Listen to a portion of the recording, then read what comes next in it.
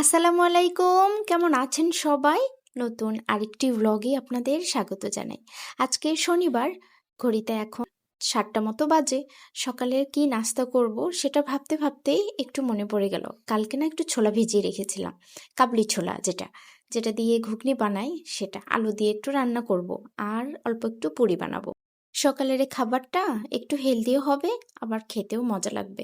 সকালে তো তেমন কিছু খেতে ইচ্ছে করে না, সব সময় সকালে কোনো খাওয়ারই ইচ্ছে করে না।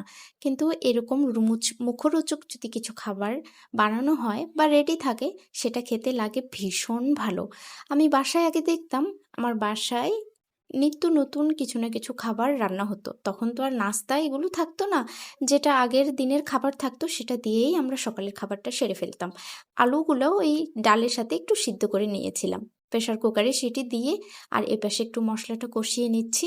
আর আলুগুলো ছিলাও হয়ে গেছে প্রায়। খুব ছোটবেলায় ডাল, আলু ভর্তা, ডিম ভাজি এই খাবারগুলো এত ভালো লাগতো, এখনও সেগুলো প্রিয়, এখনও খেতে এতটুকু বোরিং ফিল হয় না। ডাল আলু ভর্তা তো আমার খুবই ফেভারিট খাবার। সকাল সকাল যদি সে খাবারটা পাই, সেটা আরও বেশি ভালো লাগে। আর হোস্টেলে থাকতে তো এই খাবারটা একদম প্রতিদিনের সঙ্গী ছিল। এখন মাঝে মধ্যে খাওয়া হয়।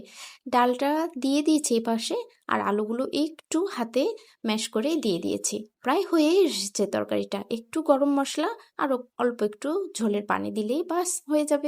সত্যি কথা বলতে কি জানেন, আমার সংসার করার খুবই অল্প সময় হচ্ছে। আর আমি প্রতিদিন যে রান্না করছি, সেটা প্রথমবারই করছি। হয়তো কিছু কিছু রান্না, সব রান্না নয়, অনেকটাই আমি প্রথমবার করছি, শিখছি রান্না করতে। তো সেগুলো আপনাদের সাথে শেয়ার করতে আমার ভীষণ ভালো লাগে, এবং শেয়ার করছি আমি আপনাদের সাথে। জানি না আপনাদের কেমন লাগে, যদি ভালো লাগে তাহলে অবশ্যই আমাকে জানাতে পারেন। অল্প একটু গরম মশলা দিয়ে দিয়েছি, আর নুন একটু কম হয়েছিল, সেটাও দিয়ে দিলাম। এখন একটু ঝোলের উষ্ণ গরম পানি একটু ঢেলে দিলাম। বেশ, এটা তো এখন এইভাবে ঝোলটা একটু টেনে নেবে আলুটা, তাহলে আর একটু পানি দিই। এই পানিটা দিয়ে ঝোল থেকে যাবে, আর অল্প একটু ফুটুক, 2-3 মিনিট ফুটলে নামিয়ে নেব। ছোলা আর পুরি খেতে হয় ভীষণ টেস্টি। আগে তো স্কুলের বাইরেও এই খাবারটা অনেক খেয়েছি। স্কুলে যখন যেতাম, স্কুলের বাইরে টিফিনের সময় যখন বাসা থেকে টিফিন না নিয়ে যেতাম, তখন অনেক হোটেলেই, ছোট ছোট হোটেল, গ্রামের স্কুলে তো তেমন বড় কোনো রেস্টুরেন্ট থাকতো না, ওই ছোট ছোট হোটেলেই ছোলা পুরি, তারপরে আরেকটা খুব ভালো জিনিস পাওয়া যেত, সেটা হচ্ছে দাঁড়ান, পুরি বানাবো সেটার ময়দাটা একটু রেডি করে রাখি। রেডি করে যদি একটু রেস্টে রাখা হয়, সেই পুরিগুলো নাকি খুব সুন্দর হয় বানাতে বানাতে। আর উত্তরবঙ্গে স্কুলের বাইরে যে ছোট হোটেল থাকতো, সেগুলোতে আলুর ঘাটি দিয়েই পুরি পাওয়া যেত। আলুর ঘাটি তো উত্তরবঙ্গের বিখ্যাত খাবার। তাই এখানে ময়দার সাথে ওই 2.5 কাপ মতো ময়দা নিয়েছি, অল্প একটু তেল দিয়ে দিয়েছি, আর অল্প একটু কালো জিরা দিয়ে দিয়েছি। এখন একটু সুন্দর মতো এটা মথে নিতে হবে। সুন্দর মতো না মথলে তেলটা যে দিলাম, সেটা তো পুরো ময়দার সাথে মিক্সড হবে না। পুরো ময়দাটাকে একদম তেল দিয়ে মিক্সড করতে হবে। অল্প একটু তেল আর এতগুলো ময়দা, সেটা দেখতে কিছুটা এরকম হবে, ঝুরঝুরে এবং সফট হয়ে যাবে, খুব সুন্দর। এখন পানি দিয়ে এটা খমিরটা করে নেব।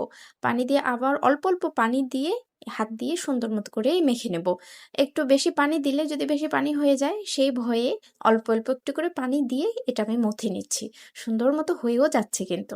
আমি মনে প্রাণেই বিশ্বাস করি, আপনারা যারা আমার এই ভিডিওটা দেখছেন, তারা আমার থেকে হাজার গুণে ভালো পুরি বানাতে পারেন এবং বানিয়ে খান। কিন্তু আমি অত ভালো বানাতে তো পারি না, তারপরও আজকে ফার্স্ট টাইম বানাচ্ছি, কিন্তু খুব মনে প্রাণে চেষ্টা করছি যেন এটা ভালো হয়। এবং যেভাবে ভিডিও দেখে শিখেছি আর বাসা থেকে শুনে শুনে শিখেছি, সেভাবে করার চেষ্টা করছি একটু। এখন অল্প একটু তেল দিয়ে উপরে দিয়ে দিলাম, তাহলে সফট থাকবে আটাটা। ঢেকে রেখে দিলেও সেটা আর একদম কড়কড়া হয়ে যাবে না। সফট থাকলে পরে লেচি কেটে নিতে বেশ ভালো হবে, সুবিধা। চলুন, গল্প করতে করতে অনেকটাই হয়ে গেছে মাখানো। এই যে তেলটা দিলাম, সেটা ভিতর পর্যন্ত আর একটু মাখিয়ে নিই, তাহলে আর একটু ভালো থাকবে। এটা আমার মনের ধারণা আর কি। জানেন তো, একটু খাবার দাবার খাওয়ার জন্য কত কিছু করা লাগে। বাঙালিয়ানা খাবার যেমন মজাদার এবং তেমনই পরিশ্রম। অল্প একটু রান্না করতে যান, সেটা কাটতে হয়, বাছতে হয়, ধুতে হয়, অনেক কিছু ভাজতে হয়, সেটার মশলা কষাতে হয়। মজাদার যেরকম, তার পরিশ্রমও সেরকম। হয়ে গেছে এটা, এখন এটা রেস্টে রেখে দিই। চলুন, একটু না খিদে পেয়ে গেছে। ছোলাও রান্না করেছিলাম, সেটা থেকে অল্প একটু ছোলা উঠিয়ে নিয়ে এখানে পেঁয়াজ কুচি ধনেপাতা দিয়ে বেশ মাখিয়ে নিচ্ছি। আর পেঁয়াজ কুচি দাঁতের ফাঁকে পড়লে বেশ খেতে ভালো লাগে কিন্তু। অল্প একটু লেবু যদি চেপে নিতাম তাহলে স্বাদটা বেড়ে যেত আরও দ্বিগুণ।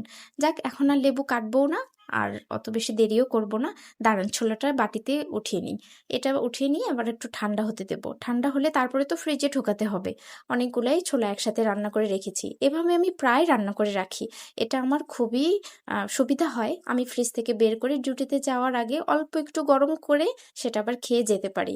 যদি সকালের খাবার না থাকে বা আগের দিনের কোনো কিছু রান্না না থাকে বা সকালে যদি আমার রান্না করতে না ইচ্ছে করে, তখন এটা আমাকে খুব ভালো সাহায্য করে।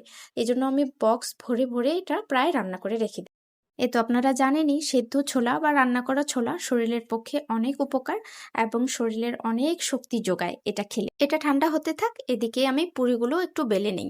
পুরি বেলার জন্য এখানে অল্প একটু ওই পিরি বেলনের ওপরে তেল ব্রাশ করে নেব। তেলটা দিলে ঘুরে ভালো আর কি, একটু গোল হয়। আমার রুটি বলেন আর এই যে এই রকম পিঠা বা যেটাকে গোল বানাতে হয়, সেটা আমার কোনোদিনও হবে না, আর হয়ও না। আমি প্রচুর চেষ্টা করি, কিন্তু সেটা আমি কিছুতেই পারি না।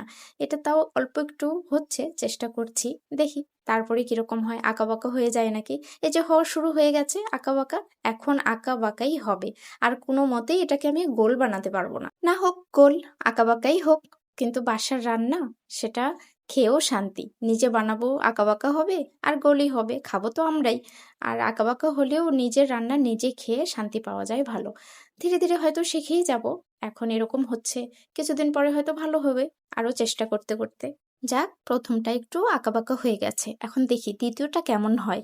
দ্বিতীয়টা তাও একটু গোল গোল মতো হচ্ছে, আগেরটার থেকে একটু ভালো হচ্ছে বলেন, একটু সুন্দর দেখাচ্ছে। যাক, আবার নড়চড়ে যাচ্ছে। দাঁড়ান, এবার ভেজে নিই ভালো মতো করে। এখানে ভাজতে দিয়েছি, কিন্তু প্রথমটা ফুলে নাই। এটা তাও একটু মনে হয় ভালো মতো হচ্ছে, কিন্তু মাঝখানে হচ্ছে না। কেন হচ্ছে না জানি না তো। চলুন, হয়ে গেছে সব পুরি ভাজা, তরকারি রান্না। এবার খেতে বসে পড়েছি। খাবার দাবার সব রেডি। খাবার দাবার সামনে রেখে বেশিক্ষণ অপেক্ষা করা যায় না বলেন, আর খিদেটা হু হু করে বেশি বেড়ে যায়। তাহলে চলুন, আজকের ভিডিওটা এখানেই শেষ করছি। আজকের ভিডিওটা কেমন লাগলো তা অবশ্যই কমেন্টে জানাবেন।